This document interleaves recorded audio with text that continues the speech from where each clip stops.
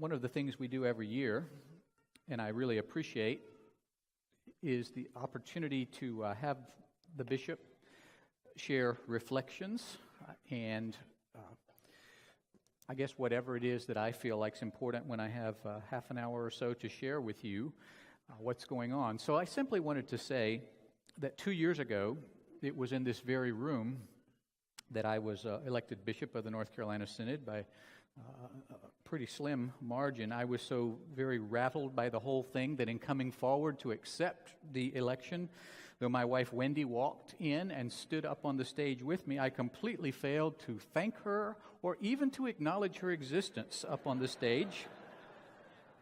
So now, 2 years, her retirement that we jointly deemed necessary if we were ever going to see each other, and 3 grandchildren later, 24 months late, let me first say in front of this assembly what I should have said and what I hold in my heart always. Thank you, Wendy. Would you stand up, or you're standing in the back, and let us say thank you?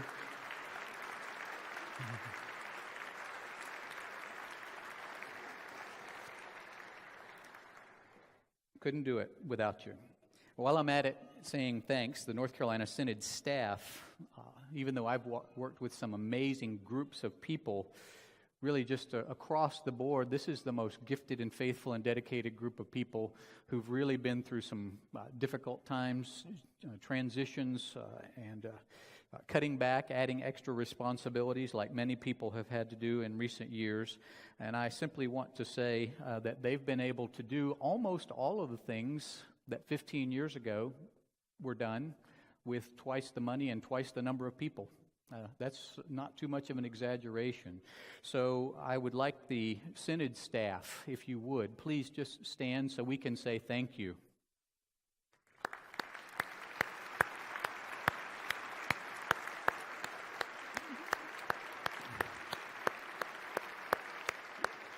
And I know some of them are still out doing all kinds of working things, and I'll introduce some other folks later on. Of course, you probably already know that Beth Kearney and John Mocco and Melanie Bookout, also Caroline Mocco, who's been doing our Faith, Finances, and Freedom, are all retiring. Pastor Sarah Ilderton will be our new bishop's assistant for candidacy, boundaries, and specialized pastoral care. We try not to say the new Beth, but sometimes we can't help it. So, Pastor Sarah, would you at least stand up so people will know who you are? Pastor Sarah Ilderton, formerly pastor at St. Luke's in Charlotte, where no one speaks to me anymore. So we're very grateful. That's not true, by the way. They're great people, and looking forward to working with them as they move into their future. Also, we just recently have announced that the position that Melanie Bookout has held for so long, 20 years, and taking on really so much of the administrative burden of the whole Synod operation, we have Lauren Thoreau, who has been hired to step into that position and is being trained for that even as we speak. She's here. I don't know if she's in this room because she might be working with elections people with Melanie. Yeah, so she's not in this room right now. We'll try to introduce her later on, but we're very grateful that Lauren is coming. And of course, Michael Denise is working in our administration and finance position. You may not know that we have some very, very part-time people right now. Elizabeth Smith is working for us part-time in the Resource Center to free up Catherine Fink to be our Communications and Resource Director after Bob Schaffner retired in the communications role last summer.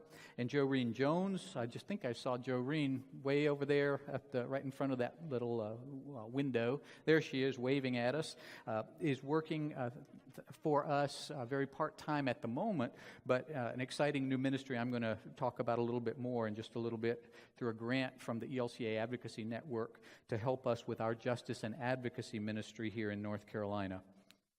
The new Director for Evangelical Mission, or DEM, an ELCA-issued call and a deployed position from the ELCA to North Carolina and to other synods, has been selected, officially, I think, offered and accepted as of yesterday, but that person currently has a context where they are serving. and have not notified their current context, and so we're certainly not going to blow it up here for them to be able to share in their context where they are now, their new opportunity. That person should be on board along in the North Carolina Synod office early August, so we're excited about that. As you can tell, lots of new faces, lots of transitions in the North Carolina Synod staff. In the life of any organization, priorities, focal points come and go, and the North Carolina Synod office is no exception. Ministry areas where we've been putting a lot of energy and in some cases reinvigorating or sometimes restarting up entirely this past year include justice and advocacy ministry, ecumenical relations, Reformation 500, worship ministry with resources for congregations. With our Roman Catholic sisters and brothers, whom Pope Francis himself urged to reach out to their Lutheran neighbors in this 500th anniversary of the Reformation, Bishop Peter Jugis of the Diocese of Charlotte will be present for our Reformation 500 capstone service with the South Carolina Synod, September 23rd in Charlotte. People ask me, why September 23rd? That's when Bishop Eaton could come, and she's preaching. So that's why September 23rd. That was arranged quite some time ago. The acting diocesan administrator in Raleigh, after Bishop Burbidge of the Raleigh Diocese got moved to Arlington, this diocesan administrator has invited us to St. Thomas More Catholic Church on Friday evening. Is that October 27th? I believe that it is. It was going to be Saturday morning or Saturday afternoon, the 28th, until we found out that not only was there a home football game in Chapel Hill that day, but it's homecoming. And so we decided that Friday night would be better. We hope that everybody can come, but it'll be a service that the Roman Catholic Church has invited us to come and commemorate the Reformation and what that means and to solidify who we are moving forward.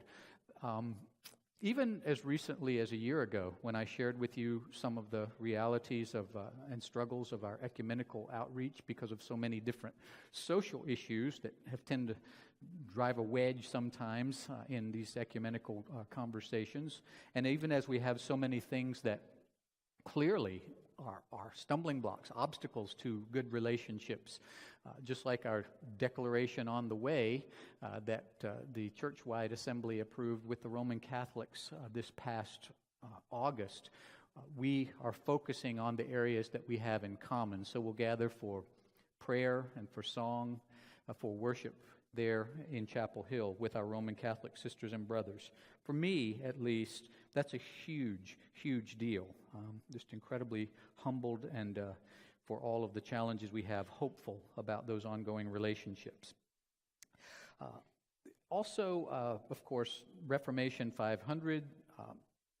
I think I wrote an article about this, but I had several pastors within the last couple of months ask me, so is the Synod doing anything at all for Reformation 500?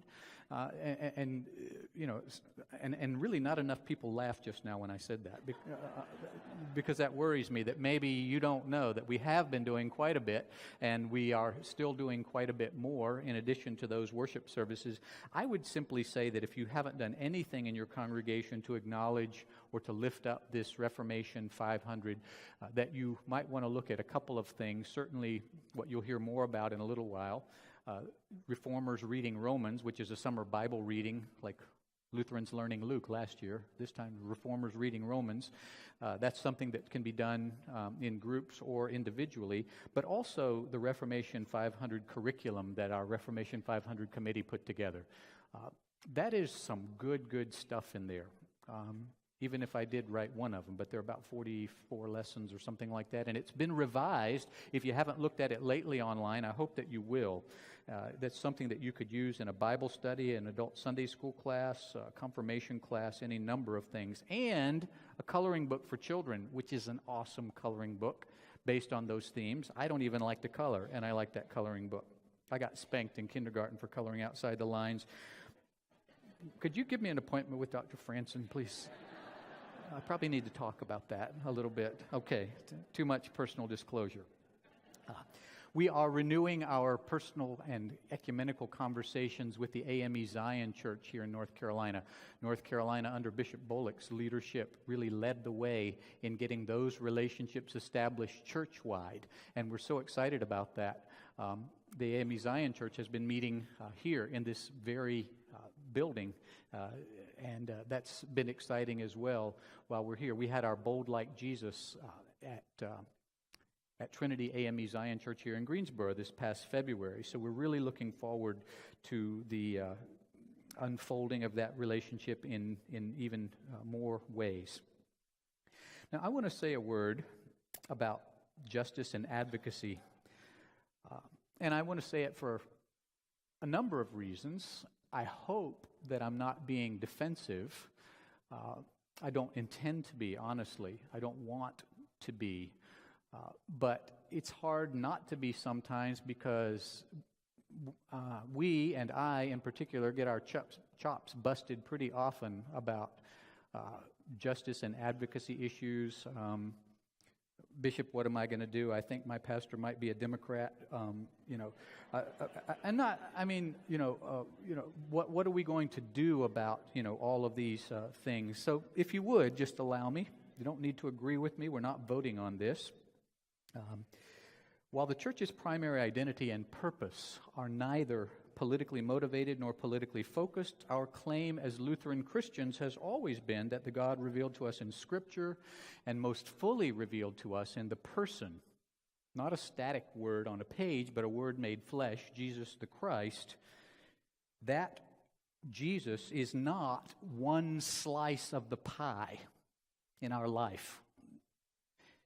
And we have our secular life and our job life and our family life and this other aspect of our life. If there is any Jesus at all who makes any difference in the world and that I want to worship, this one has risen from the dead, changed all the rules, and is the whole pie. That's our understanding of stewardship as we're called to be the people of God, however we feel led by conscience to live that out.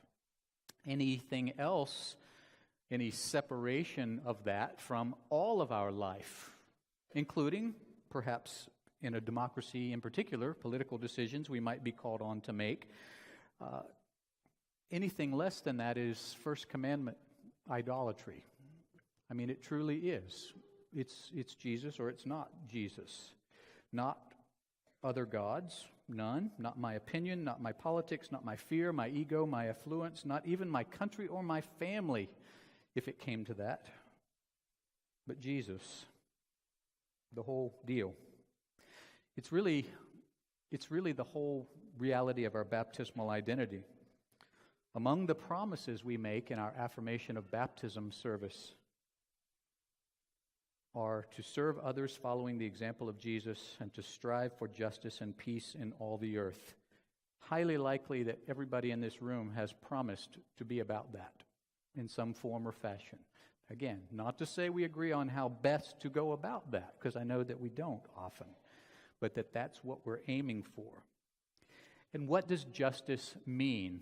Since I'm not doing a Bible study this year, I'm going to take a couple minutes and do a quick one. Biblically speaking, justice is not the Greek idea like on the back of your dollar bill. If you've got a dollar bill, you can look on there, the scales of justice, which means that everything evens out. You get what you deserve. You get what's coming to you. It often even carries that sort of punishment idea that, if you're poor or if you're hungry, it's your own fault, because apparently you must have done something wrong. This Hebrew notion, the prophetic notion in particular, as when Amos says, has anybody ever heard, let justice roll down like waters? And Micah concludes, after a long set of questions about what the Lord wants from us, concludes it's to do justice, love kindness, and walk humbly with your God. And that justice, I'm absolutely sure, does not have anything at all to do with you get what you deserve, you get what's coming to you, it's your own fault. Anything like that. We are people of the gospel, the good news of Jesus Christ. We all fall short, as Paul says in Romans chapter 3.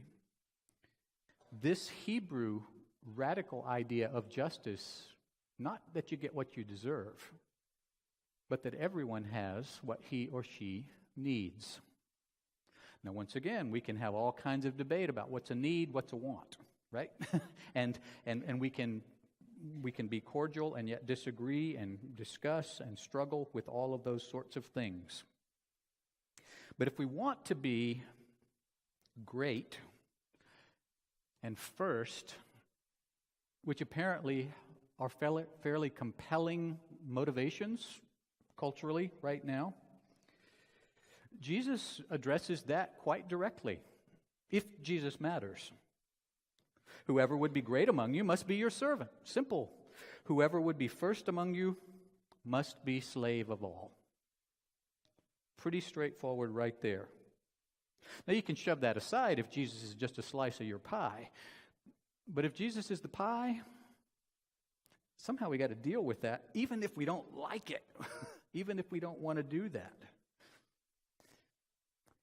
In a democracy, we're called to be good and responsible citizens, not only by voting, but by doing our best to make sure that all of God's precious children can exercise that same right.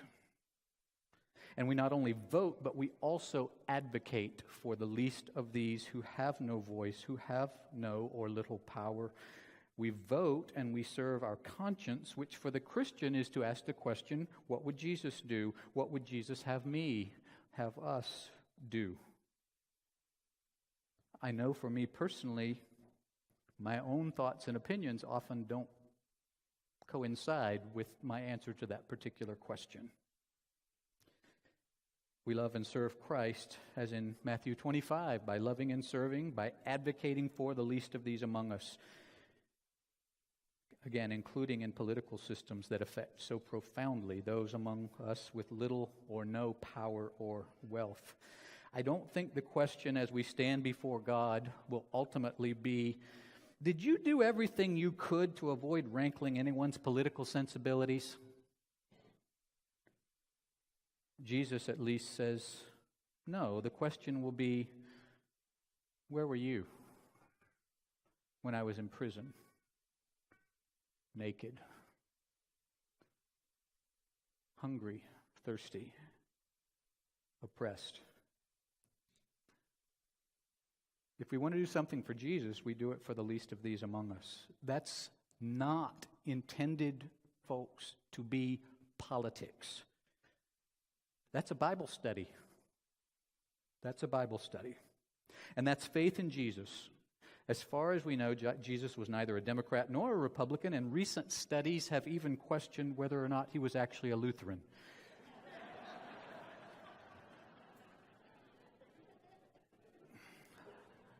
Jury's still out. So in the critical issues that rock our world right now, immigration, race relations, ongoing sexuality questions, violence, healthcare, who can vote and where, those who follow Jesus have something to say as well as something to do.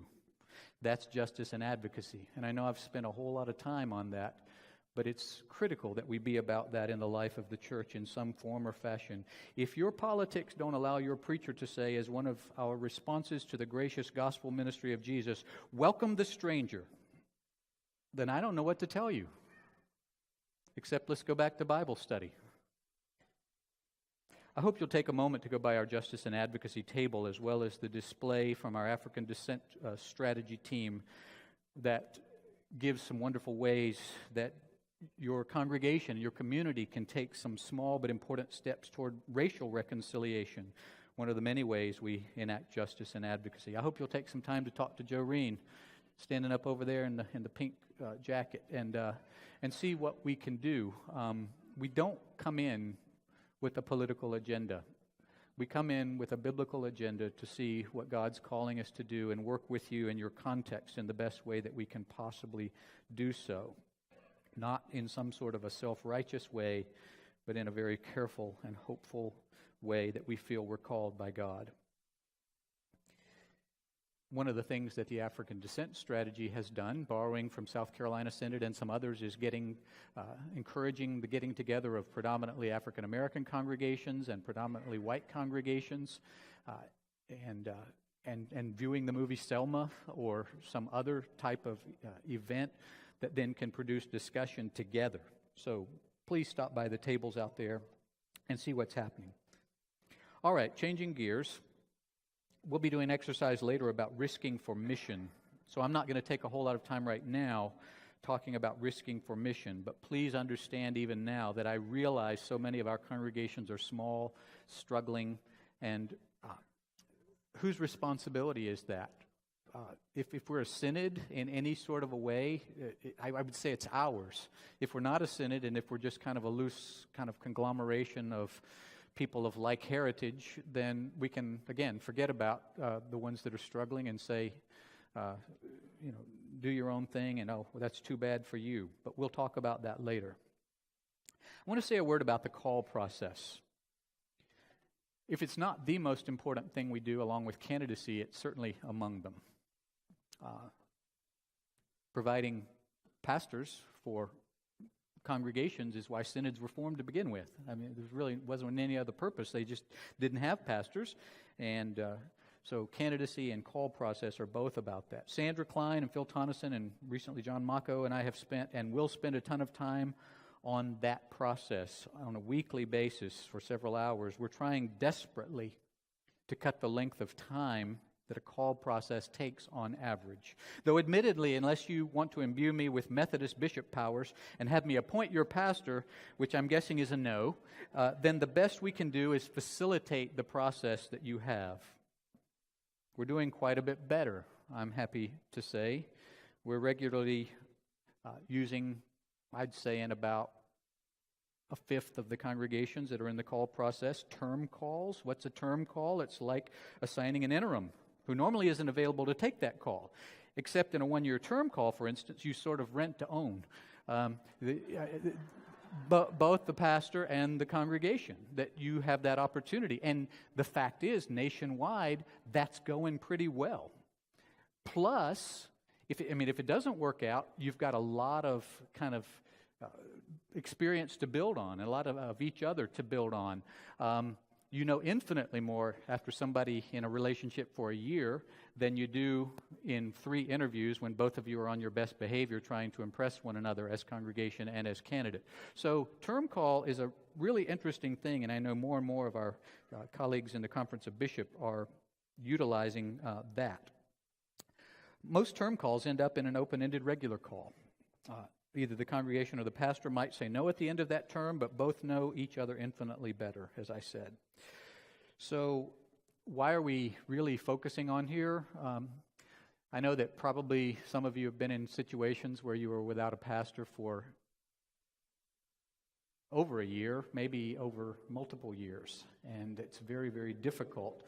Again, we can't make that change entirely, and the congregation has to cooperate with what's going on.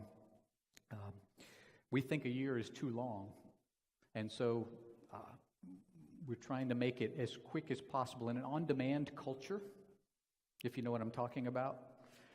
If it once was that people were of the Lutheran heritage and they were affiliated with this particular congregation, and so they were going to stay and see it through for 2 or 3 years until they found a new pastor, for a lot of our people, that simply doesn't happen anymore because, they're already done. They can scoot down to the Presbyterian church or the Methodist church or another Lutheran church and do something else. We're trying, and Sandra Klein's doing a phenomenal job. She's like a church nerd on steroids, and in a good way, who is able to help us with that call process and be engaged with people. She's also full-time and she travels. So we're trying to do better because we just want our congregations to be as great as they can be. But we have to have pastors, which gets me to this sort of last piece. Pastoral shortages in the ELCA. We need more pastors and deacons. Where do these folks come from? We don't have a little crank that cranks out pastors in Salisbury or that cranks out pastors at seminaries. They come from congregations and camping ministries and campus ministries and youth ministries. When was the last time that your congregation not only sent someone to seminary but supported them in seminary? for the life of this church. And how does that happen? Because every person who goes to seminary, every person in a church vocation here who has a call or has had a call knows and can think right now and name those people who for them were legitimizers and encouragers to say, you ever thought about maybe being a deacon or maybe being a pastor? I mean, because you seem to have those gifts. We're facing a staggering shortage in the ELCA in the next 5 years. Some of our whole synods have fewer than 20 pastors who serve only one congregation because they're all having to serve multiple congregations because we don't have enough people. So again, congregations produce pastors. Be looking for people who demonstrate those gifts. You're going to hear some from our Faith, Finances, and Freedom. Speaking of support, we're so grateful for the Lilly grant that made that happen. I know that of the $250,000 we needed to raise in order to make the grant matching for the Lilly grant to help pastors in debt from seminary and also to help. I am Oz, the all-powerful.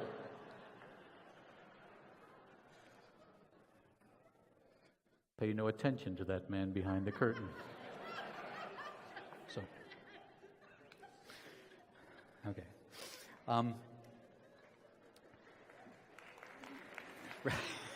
Thank you. Leaders Learn and Leadership School. Those were originally designed as two separate programs, one for lay people, one for rostered people. We sort of have combined those that both are open to either. You just need to know, especially if you're a rostered minister, but if you're in a congregation, which all of you are, that we have a new requirement in the ELCA that I think is a good one. Every rostered minister has to have at least 40 hours a year of continuing education. You have to do that, which I think is a good idea. And it's not punitive. Some people have told me they thought it was. But no, it's not punitive. I mean, your hairdresser has to get recertified, for goodness sake. Don't you think your pastor ought to? I mean, to keep up with what's going on and be able to be engaged in ongoing education. So we're going to be providing lots of opportunities for that continuing education, and we hope congregations, and those of you here today, will take it back to your congregation that says, hey, is there any way we can make sure we give them this time, maybe some money to help support that as our guidelines emphasize.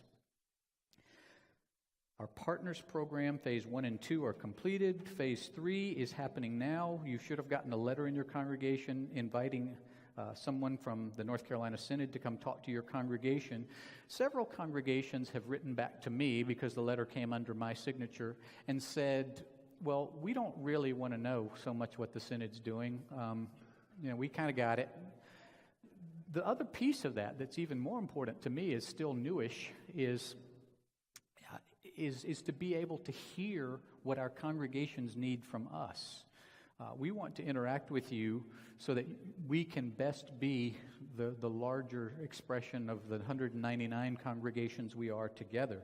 So yes, we want to share with you, and we'll have a video to share with you and so forth, but we want to hear how we can help you as best possible. So schedule one of those, and we want to hear from you. I need to hush. Tammy's looking at me. So thank you so much.